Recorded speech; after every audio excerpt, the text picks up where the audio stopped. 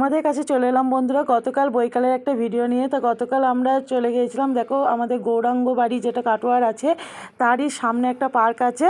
তো পার্কটা ছোট্টর মধ্যে, তো সেরকম বেশি কিছু খেলনা কিছু নেই। এই যে একটা ঘোরানো আছে আর দুটো দোলনা আছে, তো আর বসার জায়গা আছে, দুটো জায়গা আছে। তো এইখানে একটু মনাকে নিয়ে চলে এসেছিলাম। মনা একটু সবার সঙ্গে খেলা করে নিল। মনা টাটা দাও।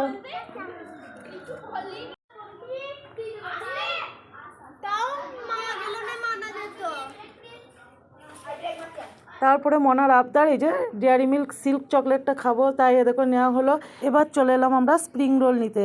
তাই দেখো স্প্রিং রোলটা এখন নেওয়া হচ্ছে, ভাজা হচ্ছে। তা বাড়িতে গিয়ে তোমাদেরকে দেখাবো স্প্রিং রোলটা। আর বড় মেয়ের আবদার যে বাবা নিয়ে এসো আজকে, আর ভেজিটেবিলও নেবো। তো চলো স্প্রিং রোল নিয়ে দেখো বাড়ি চলে এলাম। তো এখন এবার এটা সন্ধ্যার টিফিনে খাওয়া হবে। তারপর আর রাতে আর ভিডিও করিনি, এরপর আবার সকাল থেকে ভিডিওটা তোমাদের সাথে শুরু করলাম। তো সকালবেলায় তোমাদের দাদাভাই বাজার থেকে কি নিয়ে এসেছে দেখো বন্ধুরা। দেখো বাটা মাছ এনেছে, মাছের তেল এনেছে, চিংড়ি মাছ এনেছে। তাহলে আমি কী রান্নাটা করি বলো তো? তা ও বললো বাটা মাছের ঝাল খাবো আর এই যে চিংড়ি মাছের মালাইকারি। তো আমি দেখি কি করব। এদিকে তো আলু সেদ্ধ করতে দিয়ে দিয়েছি। ও বাজার গিয়েছিলো, আমি জানি না যে এই মাছগুলো নিয়ে আসবে। তা চলো মাছগুলো এবার এখন ভেজে তো নিই, তারপর দেখছি যে কী রান্না করি। তো তোমরা আমার ভিডিওটা দেখতে থেকো, আমার সঙ্গে থাকো।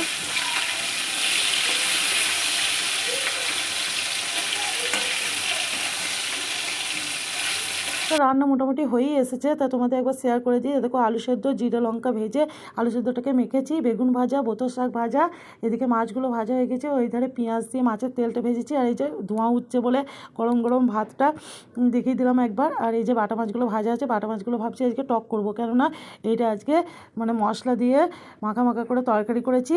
তা একবার মাংস ঝোলের মতো হয়েছে, সেই জন্য আজকে আর সর্ষে বাটা দিয়ে ঝাল করলাম না, অন্য একদিন করবো। আর মনা কি করছে দেখে নিই চলো। তুই কি নিয়ে খেলা করছিস? কিলে নিয়ে? এগুলো দীঘা থেকে নিয়ে এসেছো কেলে না? দিয়ে কি বানিয়েছো? এটা কি? এটা বিড়ালের মতো তো হয়েছে জিনিসটা। অসুর হয়নি, বিড়ালের মতনই হয়েছে। আর কি বানিয়েছো দেখি? হাঁসটা কই? হাঁসটা দেখি, হাঁসটা কত সুন্দর কেলে দিয়ে। আমরা কাদা মাটি দিয়ে বানাতাম, আর ও দেখো কেলে কিনেছে দীঘায় গিয়ে। দিয়ে দেখো এই একটা হাঁস বানিয়েছে। আর একটা সাদা হাঁসটা কোথায় গেল? ওই তো আছে সাদা হাঁসটা। দেখি সাদা হাঁসটা দেখো একবার বন্ধুদের। এই দেখো বন্ধুরা, সাদা হাঁস বানিয়েছে কেলে দিয়ে। দেখো কাদা মাটি নাই বলে এইগুলো কিনেছে। আবার পরে বানিয়ে তোমাদের সাথে শেয়ার করব। বন্ধুরা আজকের ভিডিওটা এই পর্যন্ত। তোমাদের কেমন লাগলো অবশ্যই কমেন্টে জানিও। তোমরা সবাই ভালো থেকো, সুস্থ থেকো। তোমাদের সাথে কথা হবে।